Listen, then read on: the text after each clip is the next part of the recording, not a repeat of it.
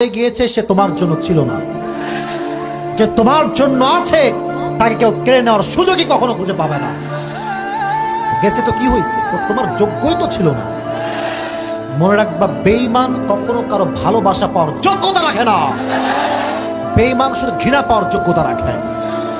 সে বেঈমানি করেছে তোমার সাথে। একে তো হারাম রিলেশন করে তুমিও রবের নাফরমানি করেছো, তোমার গার্লফ্রেন্ডও রবের নাফরমানি করেছে। 6টা বছর তোমরা নাফরমানি করেছো।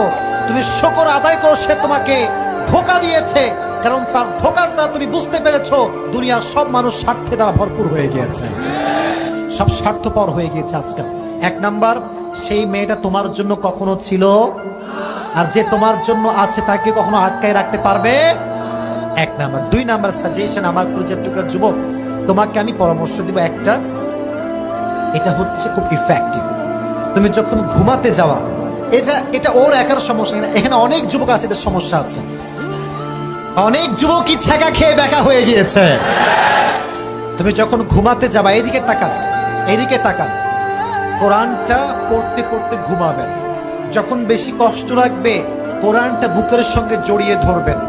যখন কোরআনটা আপনার বুকে আছে, খোদার কসম, ওয়াল্লাহি বিল্লাহি তাল্লাহি, রবের কোরআনকে যে জড়িয়ে ধরেছে তার কলিজাটা ঠান্ডা হয়ে গিয়েছে। সুবহানাল্লাহ পড়েন।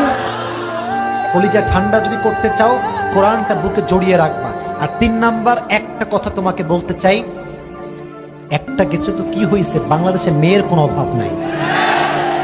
তুমি যদি এই চিন্তার থেকে বের হয়ে আসতে চাও, একটা কথা মাথায় রাখবা, তুমি যাকে যত বেশি মায়া করবা সে তোমাকে তত বেশি কষ্ট দিয়ে ভেঙে চুরে চূর্ণ বিচূর্ণ করে দেবে। মায়া বাদ দাও এসব। তোমার কথা হবে একটা, আমি যাকে ভালোবাসবো সে আমার বউ হবে। দুনিয়ার কোন সুন্দরী নারী হোক না কেন, সে যদি আমার বউ না হয়, সে আমার ভালোবাসার ভাও খুঁজে পাবে না। অতএব যদি শান্তি পেতে চাও, খুবই দ্রুত ভালো দিনদার নেককার মেয়েকে বিয়ে করে নিবা, আর এস্টাবলিশ হয়ে তুমি তাকে দেখায় দিবা তুই আমার যোগ্য ছিল না, আমি তোর যোগ্য ছিলাম।